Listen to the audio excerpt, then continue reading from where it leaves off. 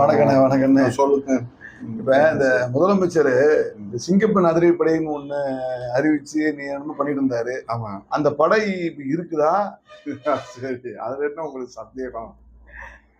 சந்தேகம் குற்றம் சொல்லியே பேர் வாங்கணும்னு குற்றம் சொல்லல.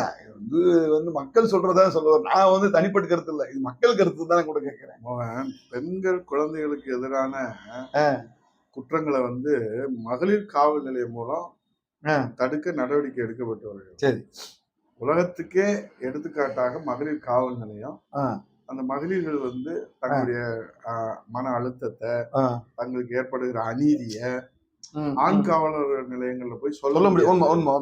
அப்படின்னா பெண் காவல்ல மகளிர் காவல் நிலையம் வந்து முன்மாதிரியா அம்மா அறிவிச்சாங்க செயல்படுத்தினாங்க. இந்த நாள் வரை அது மிக சிறப்பான மக்களிடத்தை வரவேற்பு பெற்றிருக்கு. இதை பார்த்து இலங்கை போன்ற நாடுகள் எல்லாம் இந்த மகளிர் காவல் நிலையங்களை தொடங்கினாங்க. அம்மா அவர்கள் எப்படி அம்மா உணவகத்தை நாடு முழுவதும் தொடங்கினாங்களோ அதே மாதிரி இந்த மகளிர் காவல் நிலையங்கள்லாம் அம்மா தொடங்கினதை பார்த்து இலங்கை போன்ற அண்டை நாடுகள்ல தொடங்கினாங்க. ஆமா ஆமா. அப்படி மகளிருக்கு ஒரு பாதுகாப்பாக குழந்தைகளுக்கு பாதுகாப்பாக இருக்குது. இருந்தாலும் தாவேகா வந்து கட்சி ஆரம்பிச்ச உடனே தேர்தல் வாக்குறுதியில பெண்கள் பாதுகாப்புக்கு நாங்க சிங்கப்பெண் அதிரடிப்படை அப்படின்னு இன்னொன்னு இதுல ஏற்கனவே அம்மா வந்து பெண் கமாண்டோ படை உருவாக்குனாங்கல்ல. அந்த அது பெண் கமாண்டோ படைகள் எல்லாம் உருவாக்குனாங்க. அதெல்லாம் இருக்குது. அந்த கமாண்டோ படை அதெல்லாம் வந்து இருக்காங்க. இது வந்து சிங்கப்பெண் அதிரடிப்படைன்னு இவங்களுக்கு எந்த அதிகாரமும் இல்லை. அதாவது வந்து கவுன்சிலிங் தருவாங்களாம். எங்கேயாவது ஒரு தவறு நடந்தா அவங்க வந்து கூப்பிட்டா அதுக்கப்புறம் இவங்க போவாங்களாம். அதுக்கப்புறம் ரோந்து பண்ணுவாங்களாம். இத நம்ம முதல்வர் வந்து ரொம்ப அதிரடியா தொடங்கி வச்சார். மிகப்பெரிய அளவுல விளம்பரம் கொடுத்து நல்லா விளம்பரப்படுத்தி நல்லா அறிவிச்சாரு. தொடங்கியும் வச்சாரு. முதல் கையெழுத்து போட்டார். முதல்வராக பொறுப்பேற்ற உடனே 3 கையெழுத்துல 200 யூனிட் மின்சார இலவசம், சிங்கப்பெண் அதிரடிப்படை, போதைப் பொருள் நடமாட்டம் 3மே முக்காடு போட்டுக்கிட்டு இருக்கு. இப்போ அதுல வந்து விவசாயிங்க அதுவும் சேர்த்தார்ல. அதுக்கு அடுத்துதான் பயிர் கடன். சரி சரி சரி. அது தனியான அறிவிப்பு.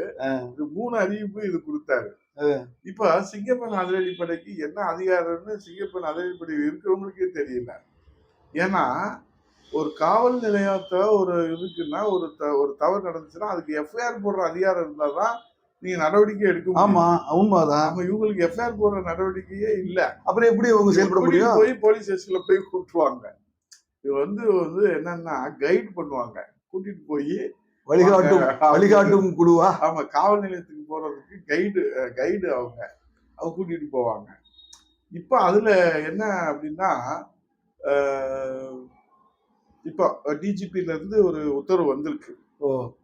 என்ன போட்டிருக்காருன்னா காவல் நிலையங்களை நீங்க சிங்கப்பெண் அதிரடிப்படை காவல் நிலையமே உருவாக்கலாம் அப்படின்னு சொல்லி அதுக்கு இடமெல்லாம் பார்த்துட்டு இருக்காங்க. சீக்கிரத்துல உருவாக்கணும் டிஜிபி ஒரு உத்தரவு கொடுத்துருக்காரு. அந்த உத்தரவை வச்சு அவங்க இதுல என்ன அப்படின்னா மறுபடியுமே இந்த காவல் நிலையம் உருவாக்கினா கூட இந்த மகளிர் காவல் நிலையத்தில் இருக்கிறவங்களை வச்சுதான் இது செயல்படுத்துறாங்க. அப்ப ஏற்கனவே நம்ம இது குறித்து நம்ம சொல்லியிருக்கோம். என்ன சொல்லியிருக்கோம்னா ஏற்கனவே காவலர்கள் பற்றாக்குறை இருக்கு. லாங் ஆர்டர் குற்ற வழக்குகள் குற்றங்களுக்கு ஏற்ற காவல்துறை கிடையாது. அதாவது தேவைக்கு ஏற்ற வகையில வந்து இல்ல அப்படின்னு நம்ம ஏற்கனவே சொல்லியிருக்கோம். இப்ப இதுல இந்த மகளிர் காவல் நிலையங்களை வழக்கமான பணி பாதிக்கிற வகையில தான் இன்றைக்கு இந்த காவல் நிலையங்களுடைய இது இருக்கும் அப்படின்னு ஏற்கனவே இருக்கக்கூடிய மகளிர் காவல் நிலையத்தில் இருக்கக்கூடிய காவலர்கள் வந்து கவலை தெரிவிச்சிருக்காங்க. இதுக்கு என்ன தீர்வு நம்ம சொல்றோம்னா புதிதாக ஆட்களை எடுக்கணும். முதல்வர் வந்து அறிவிச்சிருக்காரு. புதிய பணியிடங்களுக்கு ஆட்கள் வந்து தேர்வு செய்யப்படும். 2500 பேர் இதற்காக 2500 புதிய பணியிடங்களை வந்து நாங்க உருவாக்குவோம் அப்படின்னு சொல்லியிருக்காரு. ஆனா அதுக்குரிய நடவடிக்கை இல்லாம நீங்க மறுபடியும் காவல் நிலையத்தை இது பண்ணீங்கன்னா அங்க யார நியமிப்பீங்க சொல்லுங்க? எந்த காவலரை நியமிப்பீங்க? அப்ப மகளிர் காவல் நிலையம் ஏற்கனவே செயல்பட்டு தானே இருக்குது.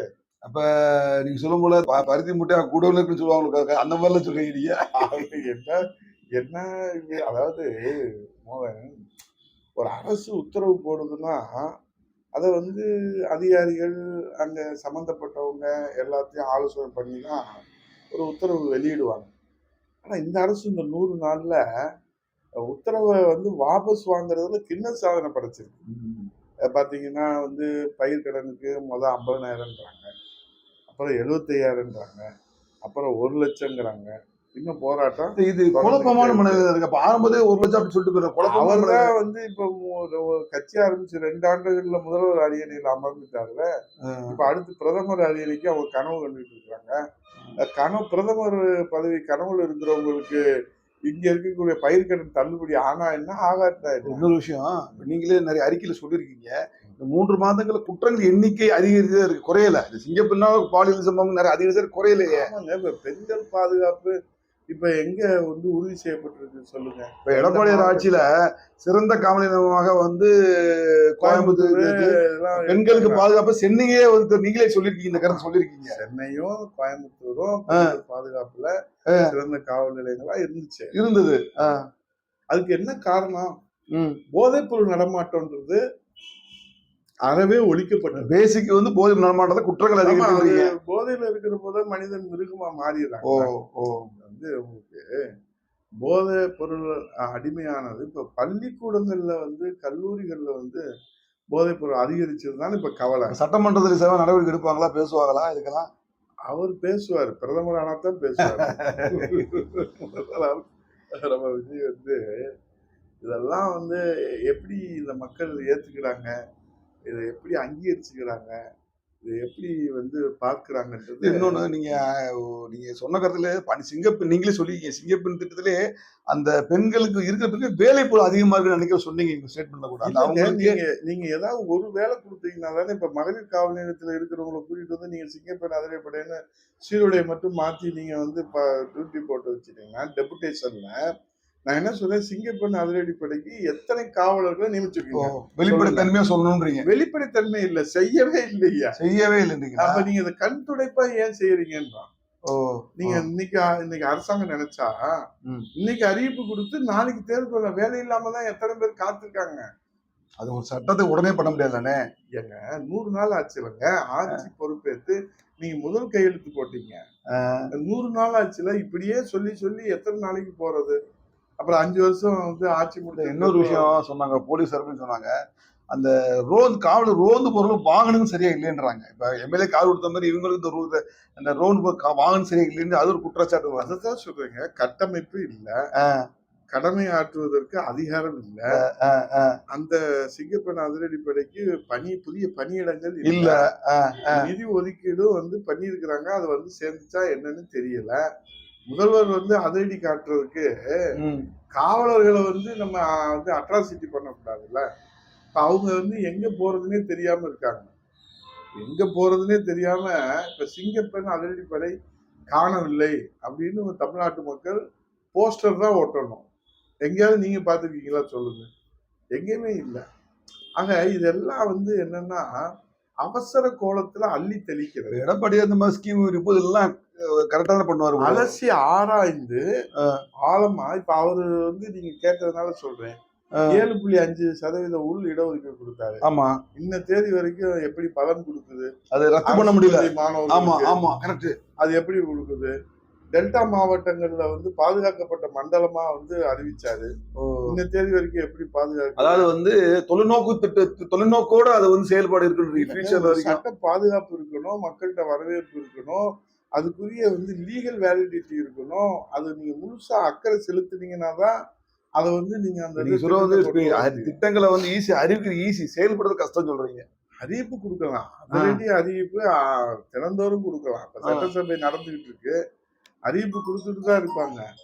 ஆனா அதோடைய பலன் மக்களுக்கு எங்க போய் சேர்ந்திருக்கு அப்படின்னு தானே கேள்வி. இந்த 100 நாள் ஆட்சி சாதனைன்னு இன்னைக்கு தாவேகா கட்சியில மேடை போட்டு பேசுற அளவுக்கு என்ன இருக்கு சொல்லுங்க?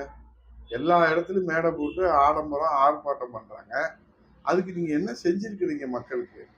ஒரு காவிரி இதை வந்து கையாள முடியல, மேகதாது அணை பத்தி வாய் திறக்க மாட்டீங்க, சட்ட ஒழுங்கு பிரச்சனை பத்தி வாய் திறக்க மாட்டீங்க. முதல்வர்னா என்னங்க? தமிழ்நாட்டினுடைய பிரச்சனைக்கு நீங்க தினந்தோறும் காலையில எந்திரிச்சு டிவியில பேச வேண்டாம், சட்டமன்றத்துல பேசணும்ல.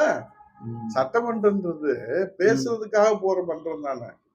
அங்க வந்து நீங்க கேள்வி பதில், கருத்துக்கு கருத்து, விவாதத்துக்கு விவாதம், ஆதாரத்துக்கு ஆதாரம். அதை வச்சுதானே நீங்க சட்டங்களை நீங்க கருத்து சொல்லுவீங்க. இது நம்ம இந்த அண்ணா சொன்ன கருத்து சொல்லுவீங்க.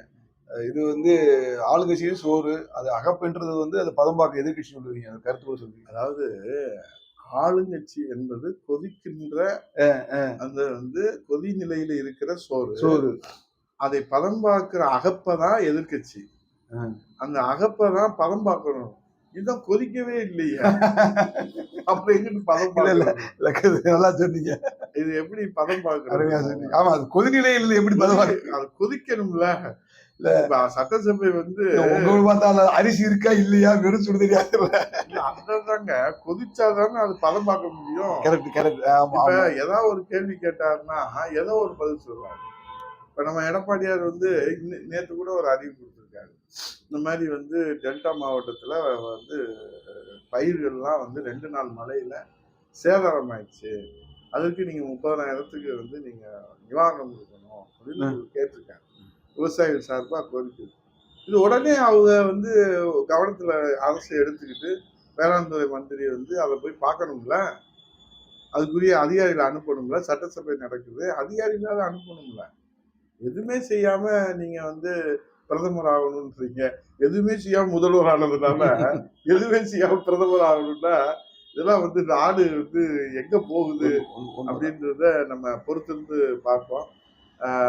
அதிர்ஷ்டத்தால் கிடைத்த அரியணையை ஆயுள் காலம் எத்தனை நாளைக்கு என்று சொல்லி துள்ளி வருகிற வேலையிலே இன்றைய விவாதம் சிங்கப்பெண் அதிரடிப்படைக்கு வந்து பாதுகாப்பு பெண்கள் கிடைக்கிறதோ இல்லையோ, சிங்கப்பெண் அதிரடிப்படைக்கு விடிவு காலம் கிடைக்கும் என்ற நம்பிக்கையோடு நிறைவு செய்கிறோம். நன்றி, வணக்கம்.